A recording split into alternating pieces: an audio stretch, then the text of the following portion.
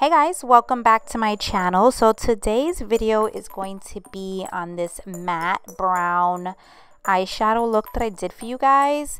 I never really do all mattes on my eyes, so I just wanted to do something a little bit different. I normally put a little bit of shimmer in there somewhere, but today I wanted to do all matte brown, and this is a great fall color as well. So I'm not sure what I am titling this video yet, but we'll think of something, of course. And so let's get right into this video.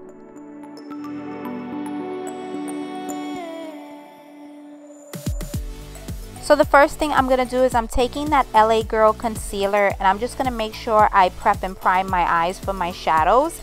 And this is all affordable makeup, guys, so you can find this all in the drugstore. So I'm taking Sonia Kashuk's palette, and this one is called Eye on Neutral, and I'm taking that lighter shade in the palette and just putting that all over my eyes. And then going in with that light brown color, I'm dusting that right onto my crease, but kind of blending it up because that's going to be my transition color as well. So going in with that dark brown color, I'm going to concentrate this right into the crease, not taking it too far up and not taking it below where my lid part is. So you're going to keep this right into the crease. So I'm using my MAC 217 brush to do this. I find that this brush really helps keep everything into the crease. Now going back into that palette and taking that matte brown color, I'm just going to pat that all over my lids.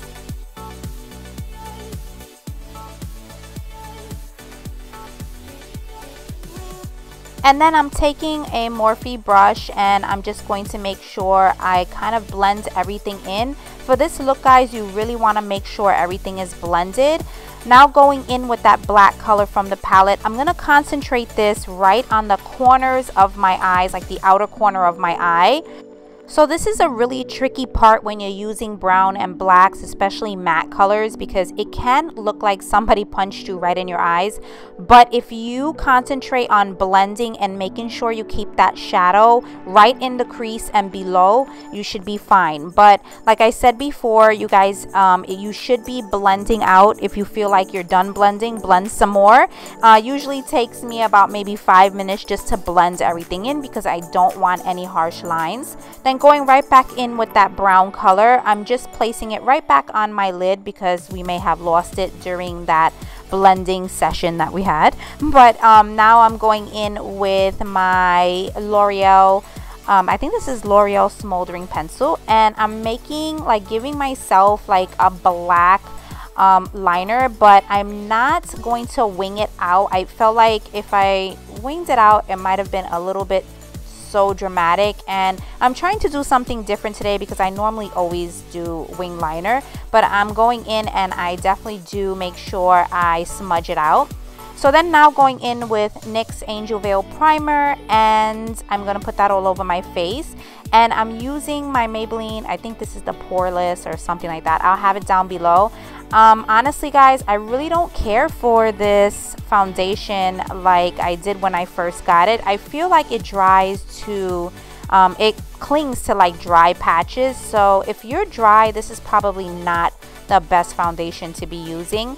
And not that I'm dry, but in certain areas I find that it does cling to those dry patches. So then going in again with my LA Girl concealer and using my Real Techniques beauty blender, I'm just blending this out. And I've been using these Real Techniques beauty blenders for a while, and I guess they're not called beauty blenders, I guess they're called beauty sponge or whatever. But I find them to be one of my favorites just because they have like that angle and I can really get into like the corners of my eyes. And then going in with Airspun face powder, I actually didn't like this when I first bought it. I felt like it was cakey, but as I started to use it a lot more, I really fell in love with it. I think it's going to be in my favorites this month because it definitely has been doing a great job at keeping my concealer from creasing. So now going in with my bronzer, and I think this is Model Kohl bronzer. I'm just going to focus that on my cheeks here, and I'm not doing any heavy contouring. I'm just kind of bronzing up the face, bronzing up the forehead like I normally do. You guys have seen me do this like a trillion times. So yeah, just focusing that bronzer just in those places that I feel like the sun would naturally hit me.